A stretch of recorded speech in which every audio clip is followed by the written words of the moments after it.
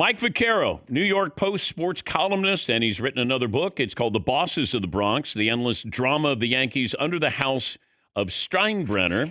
And Mike joins us on the program.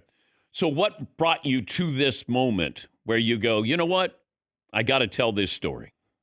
You know what, Dan? I hear from a lot of younger generation Yankee fans who really didn't know George, or if they knew him, they knew the kindly old man who would walk into Yankee Stadium and get ovations. And they don't know, and a lot of people of our generation kind of forget that 10 years before that, he was walking into the stadium to a lot different reaction every day he went there. And it was a full, complete story of who he was, who he became, the good, the bad, everything in between, the crazy, lots of crazy in there, Dan. And I wanted to get that between the covers of a book, and I thought it would be a fun project. And it was a blast to go back, especially to the older George, the 70s and the 80s, and just all the nuttiness and zaniness that went on under him. I was there in the early 80s. I was working at CNN in New York, and I just remember that you couldn't walk on the grass at Yankee Stadium. If you're a reporter, right? You had to walk on the dirt. And I did meet with him. I did meet him a couple of times, got to interview him once.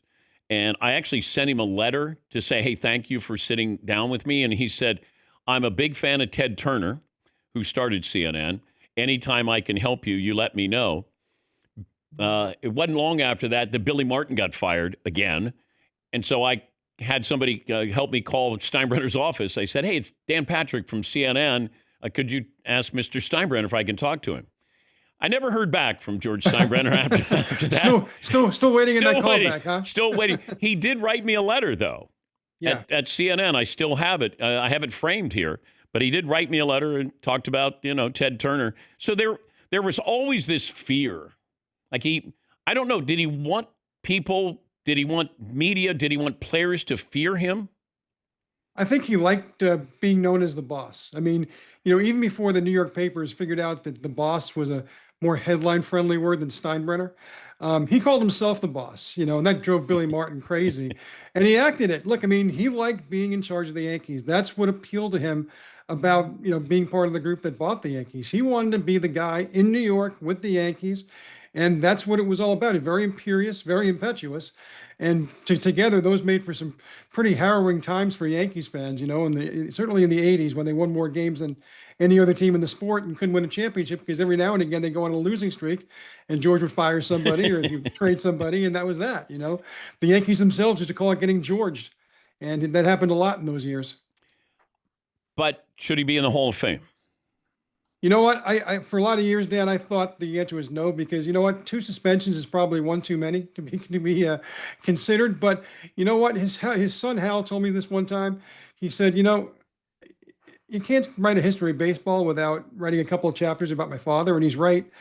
And the more I considered, say, Pete Rose, right? To me, I think Pete Rose belongs in the Hall of Fame, but I think his plaque should say the first half should be, got the 4,000 hits and did everything he did. And the second half should be why he got in trouble with baseball later on. And I think similarly, it's important to do that with Steinbrenner, because look, for better or worse, the teams that he owned won 7 championships. Every other owner in the Hall combined won 9. And yeah, he was suspended, and I think the baseball is a museum, and it's supposed to tell the whole story of baseball, and the important figures in baseball should be on the walls there. And I do think at this point that he should get on. I don't think it's going to happen for a while. He has never really gotten any traction, but I think he should. Well, it is called the Hall of Fame, and he certainly was famous. We're talking to Mike Vaccaro as a new book on the Yankees, and George Steinbrenner. It's The Bosses of the Bronx, the endless drama of the Yankees under the house of Steinbrenner. What would George think of the Dodgers and their approach to today's game? It's a great question, because really in his day, he was the Dodgers, right? He was a one-man monolith, a one-man corporation. Whoever he wanted to get, he would get. He didn't always overpay for them, which is interesting because he knew he had New York to sell. That's how he sold Reggie Jackson. He offered $2 million less than of all teams the Expos, and yet he knew that Reggie would have the appeal of going to New York and bringing a star with him, as he said. I think he would be certainly challenged by the Dodgers, by the Blue Jays. I mean, look, by having Steve Cohen in the same town with them. I mean, who's not the same situation as the Dodgers, but he's his own one-man corporation, right? His own one-man deep-pocketed challenger.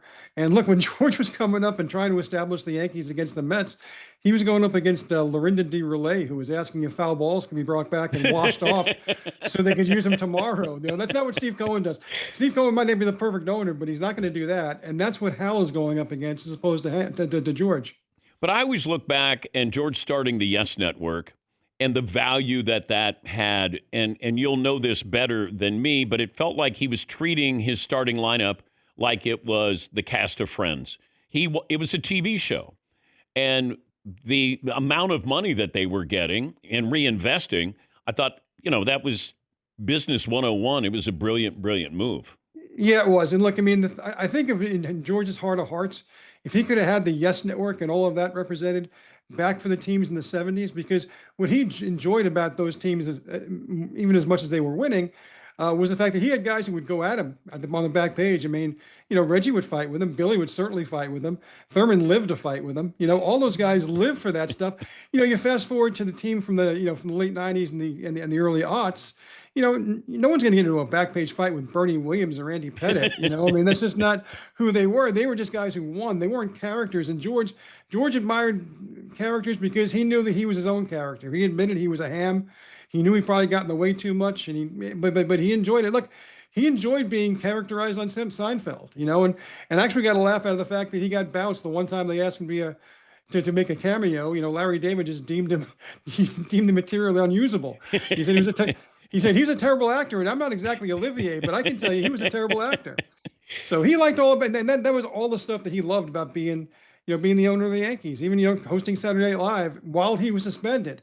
He was bad, and people said that he should keep his day job, but at that moment he didn't have a day job, so he did that too. The Yankees' hold on this generation, as opposed to previous generations, is what?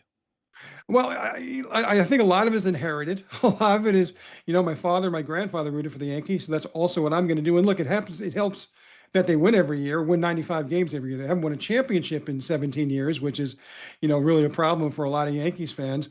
And people think they're spoiled, and maybe there's a degree of that. But look, I mean, why are they spoiled? Because really in the corporate mission statement, it's championship or bust. And guess who invented that? That was George Steinbrenner. And so that was really the gift he handed to his son. I mean, sometimes it's a hard gift to accept. But look, I mean, they still fill the ballpark. I mean, you're still going to get a game, a makeup game in July that's going to get 35,000 people. And back when Don Mattingly was, the biggest star in New York, or one of the biggest stars in New York, I mean, you can still see the old video of how empty that place was. Yeah. So it's really become a different thing. It's an everyday thing that people really care about. And that's why every time the Yankees go on a losing streak, I hear from 25 people who want, managers fired and players traded, because that's what George would do. They always ask, what would George do? And maybe he would do that. And I say, well, maybe, Aaron Boone would be the manager. He'd just be on his third tenure, so. Yeah, I was there twice when Billy Martin got fired. And all he had to do was go every couple of weeks. Yeah, that's true. Right? How much of a threat is Shohei Ohtani to Babe Ruth's legacy in baseball history? Look, I mean, if he can keep pitching at this level for 5, 6, 7 years. I mean, I'd love to know what Babe Ruth could have done if he'd stayed with pitching. If he decided to do both things. He just preferred to be a hitter. And so basically he gave up being, one of the best pitchers in the game and decided to go full bore into, into hitting. If Ohtani can do that, to me, that's why, it's a weird argument when you ask who's better, Ohtani or Judge, because look, I mean, Judge is phenomenal. You can't say a bad word about his career, but he hasn't struck out anybody. He doesn't have any career wins, and Ohtani does, and he does that at a high level too.